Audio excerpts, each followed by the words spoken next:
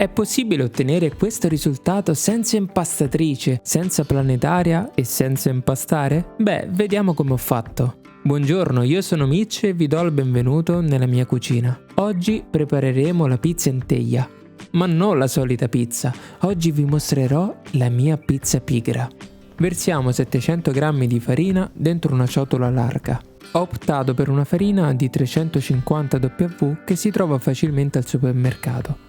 Con un cucchiaio areggiamo la farina, poi aggiungiamo 2 g di lievito liofilizzato o 4 g di lievito fresco.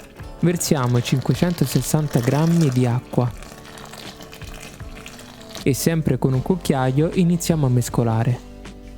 Per ora ci limitiamo solo ad aiutare la farina ad assorbire tutta l'acqua.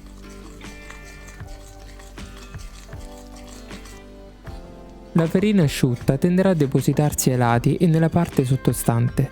Mescolate fino a quando l'acqua non sarà completamente assorbita.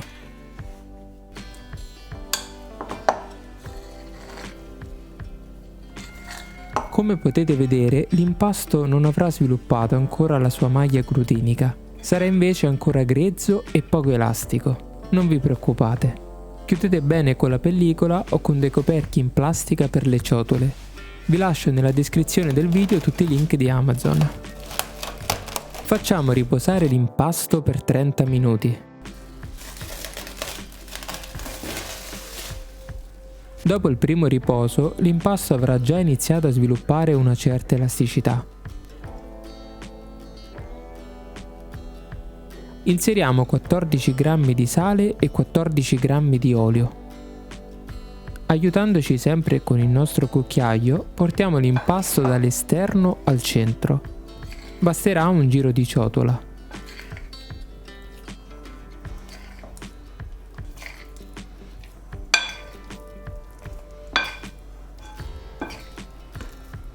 Ora, con una mano bagnata leggermente con dell'acqua, dovete seguire questo movimento. Mettete la mano ad uncino e sbattete l'impasto. L'impasto durante questo passaggio inizierà a diventare liscio. Ruotate la ciotola e continuate a ripetere questo movimento fino a quando olio e sale non saranno completamente incorporati.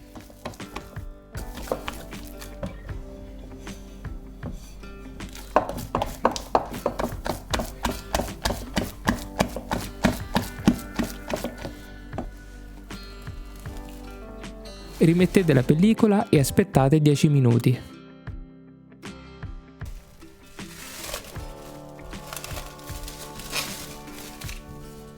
Perfetto, l'impasto risulta ancora più elastico e la maglia glutinica si inizia a formare.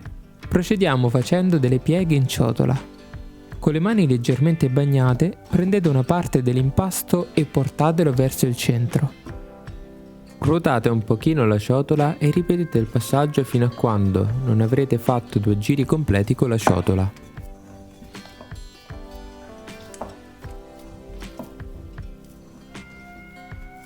Sempre con le mani inumidite con dell'acqua, prendete l'impasto a metà e piegate la parte superiore verso l'interno. Girate la ciotola e ripetete il passaggio per tutti e 4 i lati.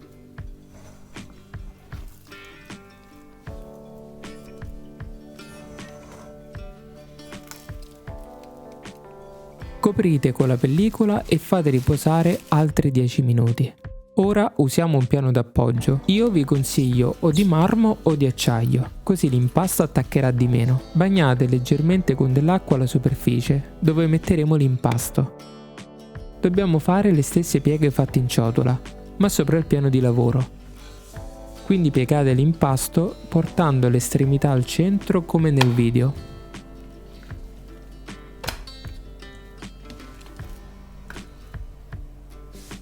Infine, con una spatolina spingete l'impasto ruotando su se stesso, dandogli una forma più arrotondata.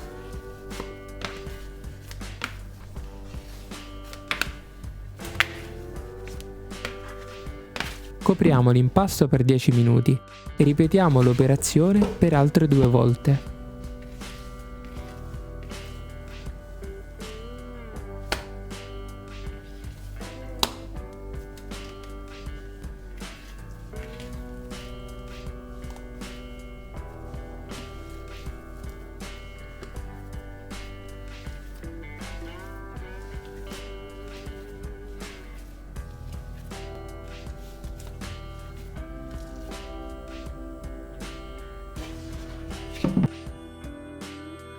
Nell'ultimo passaggio, come potete vedere, l'impasto risulterà liscio ed elastico.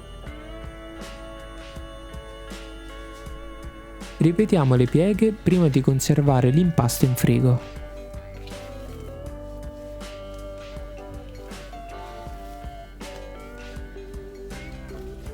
Se tutti i passaggi saranno stati eseguiti correttamente, l'impasto, nonostante l'alta idratazione, non risulterà più appiccicoso.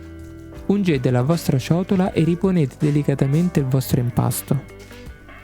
Coprite bene con della pellicola e lasciatela riposare in frigo nella parte più bassa per circa 20 ore se fa freddo o 22 se fa caldo. Vi consiglio dopo 2 ore di cambiare la pellicola perché si formerà una condensa e le goccioline di acqua potrebbero alterare il vostro impasto. Passate le 20 ore, tiriamo fuori l'impasto dal frigo e passiamo allo staglio, cioè dividiamo l'impasto in 2 panetti. Stendiamo l'impasto sul piano di lavoro con un sottile strato di semola rimacinata.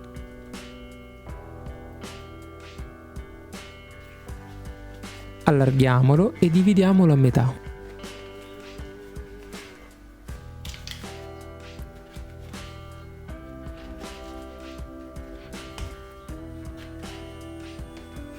Facciamo delle pieghe a portafoglio.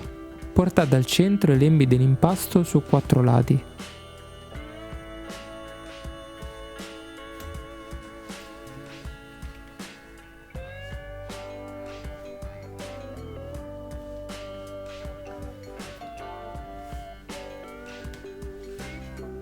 Chiudete bene anche i lati spingendo con il dito all'interno.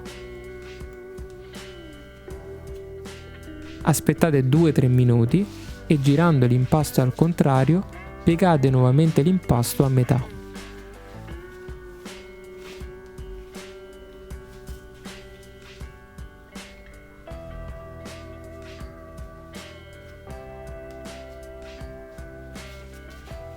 Aiutatevi con una spatolina per chiudere bene i lati.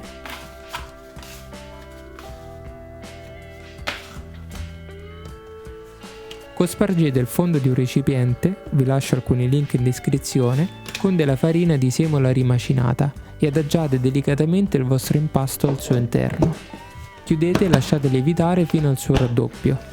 Quando fa freddo serviranno circa 4 ore, con il caldo ne basteranno 2.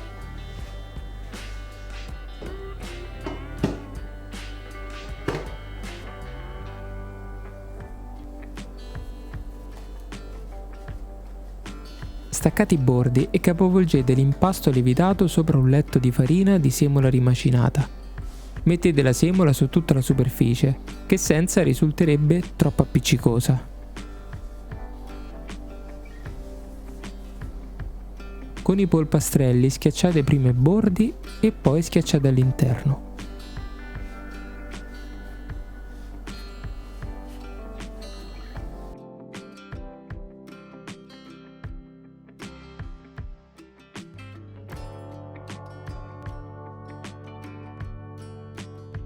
Per una buona pizza in teglia servirebbe una teglia in ferro blu, ma per renderla più accessibile a tutti ho deciso di usare le classiche teglie, anche se sono meno adatte.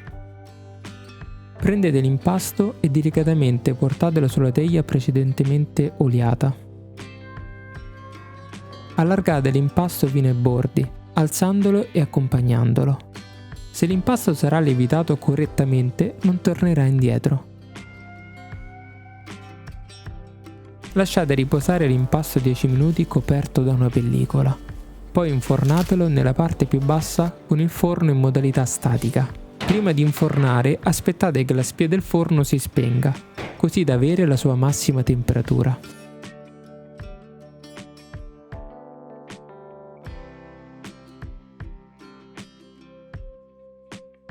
Passati 7-8 minuti controllate il fondo.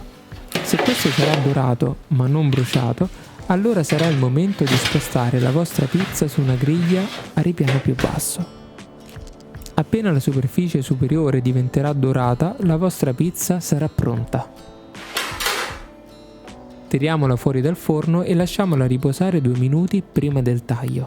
Vi consiglio di usare la leg card del forno con sopra una griglia come appoggio. La parte inferiore della pizza deve respirare per non creare condensa e perdere così la sua croccantezza.